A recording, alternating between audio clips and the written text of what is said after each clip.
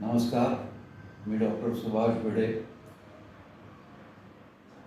आपल्या इथे सध्या IPLच्या मॅचेस जोरात चालू आहेत.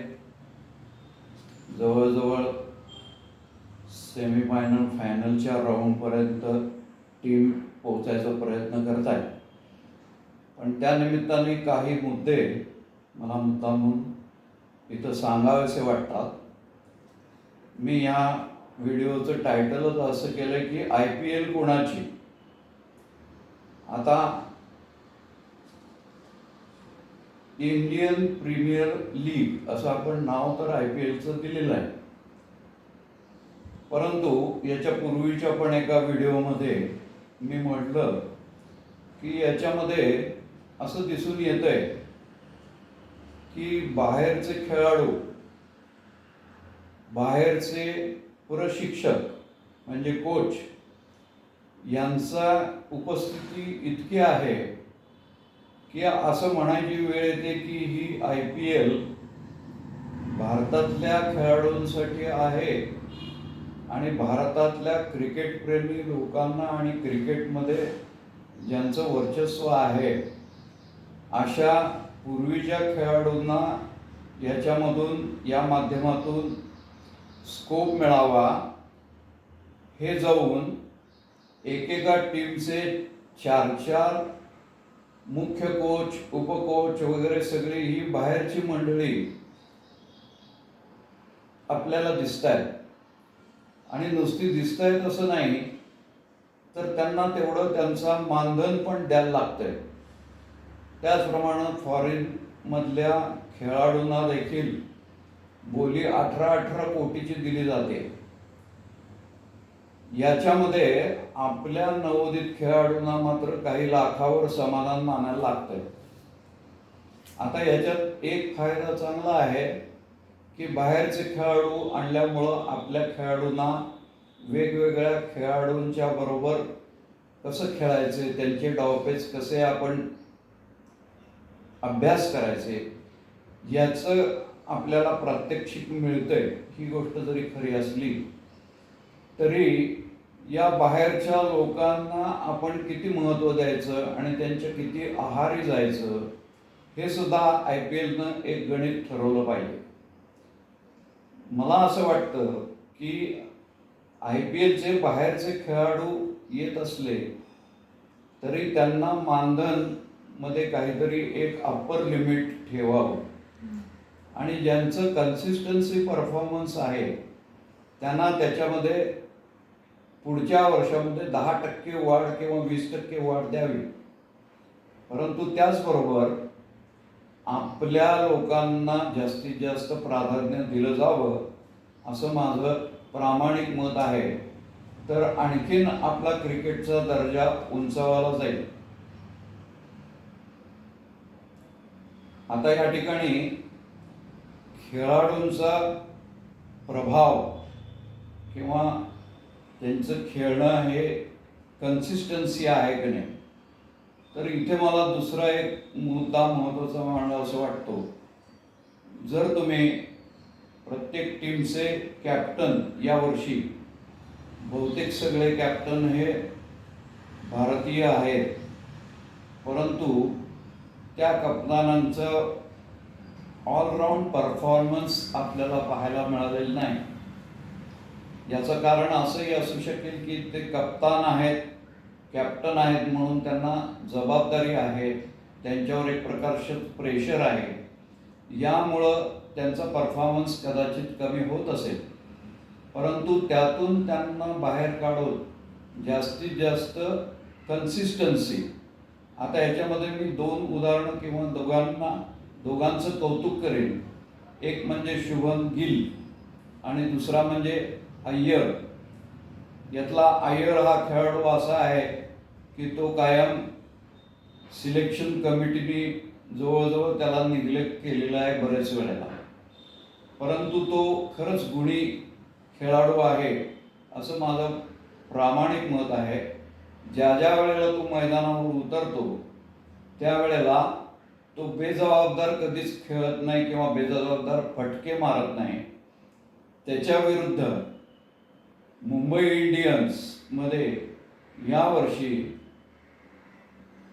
सूर्या हा प्रसिद्ध खेळाडू एकही सामन्यामध्ये चांगला परफॉर्मन्स देऊ शकला नाही. कारण मला असं काही वेळेला वाटतं की त्याचा अभ्यास बाकीच्या गोलंदाजांनी केला आणि तो कुठल्या शॉटवर आऊट जातो ते त्यांच्या लक्षात आलं आणि त्यांनी त्याला त्याच पद्धतीचा चेंडू टाकून आऊट केलेला आहे. असं प्रत्येक फलंदाजाचा आणि गोलंदाजाचा अभ्यास ती टीम ही करत असते आणि त्याप्रमाणे त्यांच्या बॉलरनी जर परफॉर्मन्स दिला, त्यांच्या बॉलरनी योग्य प्रकारे जर बॉलिंग केली तर त्याचे त्यांना चांगले परिणाम, म्हणजे बॅट्समनला जास्त चौकार आणि षटकार न मारू देणे, ह्याबद्दल जर बॉलरने त्यांची लाईन आणि लेंथ व्यवस्थित ठेवली तर नक्कीच त्यांना त्यांचा प्रभाव दाखवता येतो. काही नवोदित खेळाडू, काही नवोदित बॉलर हेही चांगल्या प्रकारे चमकत आहेत, परंतु पुढे राष्ट्रीय खेळासाठी, आंतरराष्ट्रीय खेळासाठी ज्या वेळेला खेळाडूंचं सिलेक्शन केलं जातं त्यावेळेला काही ठराविक खेळाडूंनाच पुन्हा वाव दिला जातो, नवोदित खेळाडूंना वाव मिळत नाही. मग हे IPL आपण खेळवण्यामध्ये नक्की काय फायदा आहे? जवळजवळ माझ्या मताने 1/3 खेळाडू संघातले हे नवोदित खेळाडू असावेत आणि त्यांना वाव दिला जावा. IPLच्या प्रमाणच ज्या वेळेला वर्ल्ड कप वगैरे सारख्या मॅचेस होतात त्यावेळेला बाहेरच्या टीम्सचं एक असं प्रिन्सिपल दिसतं की महत्त्वाच्या मॅचेसमध्ये ते ज्याचा अभ्यास झालेला नाही आहे असा एखादा नवोदित बॉलर, गोलंदाज आणतात आणि तोच जास्त विकेट घेऊन जातो आणि मॅच फिरवतो. तसं आपल्या टीममध्ये मात्र तो प्रकार केला जात नाही. जुन्याच बॉलरवर भरोसा ठेवला जातो आणि बरेच वेळेला असं दिसून येतं की ते जुने बॉलरच आपल्याला महागात पडतात आणि आपल्याला अपयश येतं. सांगण्याचा उद्देश काय तर IPL सुरुवातच मी म्हटलं की IPL खरंच कुणाची, ही कुणाच्या फायद्यासाठी, हा नक्कीच IPL अरेंज करणाऱ्या लोकांनी याचा विचार केला पाहिजे. आपल्याकडे रिटायर झालेले बरेच खेळाडू आहेत, त्यांना तुम्ही कोच करा, त्यांच्या हातून ट्रेनिंग आपल्या नवोदित खेळाडूंना किंवा आहे त्या टीममधल्या खेळाडूंना द्या, असं माझं प्रामाणिक मत आहे. जास्तीत जास्त बाहेरच्या कोचेसचा प्रभाव, त्यांची जे काही कौशल्य आहे ते तुम्हाला या निमित्ताने पाहायला मिळतं हे नक्कीच, परंतु त्याच्यासाठी त्यांच्या किती आहारी जायचं हे सुद्धा IPLच्या प्रायोजकांनी आणि IPL अरेंज करणाऱ्या लोकांनी बघितलं पाहिजे असं मला वाटतं. आता काही बदल IPLमध्ये घडून आणले आहेत. खरं तर मला असं वाटतं की इंडियन प्रीमियर लीगमध्ये तोकडे कपडे घालून नाचणाऱ्या ज्या तरुणी असतात त्या दाखवण्याचं काय कारण आहे? आपल्या भारतीय संस्कृतीप्रमाणे आपण अनेक प्रकारचे कथ्थक आहेत, शास्त्रीय दृष्ट्या नाच आहेत, गाणी आहेत, महाराष्ट्राचं लेझिम पथक आहे. अशा प्रकारचे खेळाडूंना उत्साह करण्यासाठी या प्रकारे तुम्ही जर मनोरंजन केलं तर ते जास्त चांगलं. आणि याही ठिकाणी तुम्ही बाहेरच्या ज्या कोणी नृत्यांगना येतात त्यांचा वाटा कमी करावा आणि भारतीय पद्धतीप्रमाणे त्यांना अंगभर कपडे घालून त्यांनी मनोरंजन करावं, असं एक माझं इथे मुद्दामून सजेशन आहे. हळूहळू काही बाबतीमध्ये सुधारणा होत आहेत, परंतु अजूनही जर आपण बघितलं तर पगडा हा बाहेरच्या खेळाडूंचाच आहे आणि आपल्या इथे सुद्धा ठराविक लोकांनाच वाव दिला जातो. प्रत्येक टीममधले जर बॉलर बघितले तर ठराविक लोकांना त्याच्यामध्ये वाव दिला गेलेला आहे असं दिसून येतं. कॉमेंट्रेटर बघितले तर त्याच्यातही ठराविक लोकांनाच वाव दिला गेला आहे असं दिसून येतं. या ठिकाणी जास्तीत जास्त आपल्या माजी आणि आजी खेळाडूंचा फायदा व्हावा अशी माझी यामागं भावना आहे.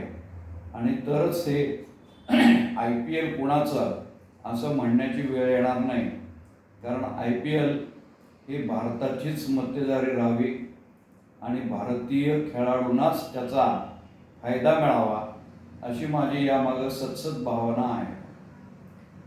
त्याचप्रमाणे पूर्वीच्याही एका व्हिडिओमध्ये मी सांगितलं होतं की अजून चांगल्या चांगल्या खेळाडूंचे सिक्सर मारायच्या नादामध्ये बळी जात आहेत.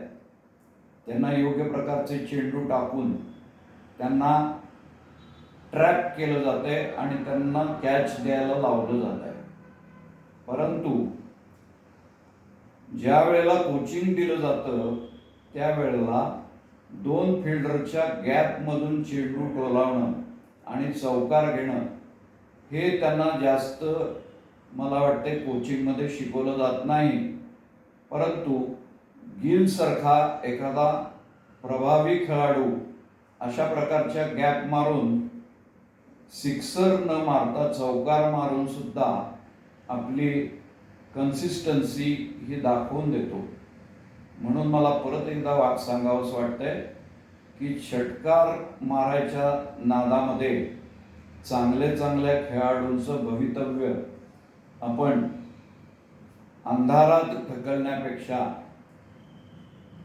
2 फिल्डरच्या मधल्या गॅपमधून जमिनीलगत चौकार मारले तर त्या फलंदाजाचा परफॉर्मन्स हा जास्त उत्कृष्ट आणि सातत्य येईल त्याच्यामध्ये असं मला वाटतं.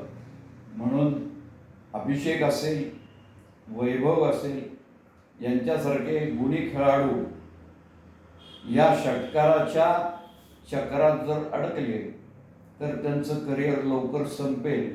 तसं न होता हे खेळाडू आपल्या आंतरराष्ट्रीय खेळासाठी जास्तीत जास्त काळ उपलब्ध व्हावेत आणि त्याचा आपल्या देशाला, भारताला फायदा मिळावा अशी माझी सत्सद इच्छा याच्यामागे आहे. हा व्हिडिओ आपल्याला आवडला असेल तर खाली दिलेल्या बटनावर क्लिक करा आणि आपला लाईक्स करा. आभारी आहे.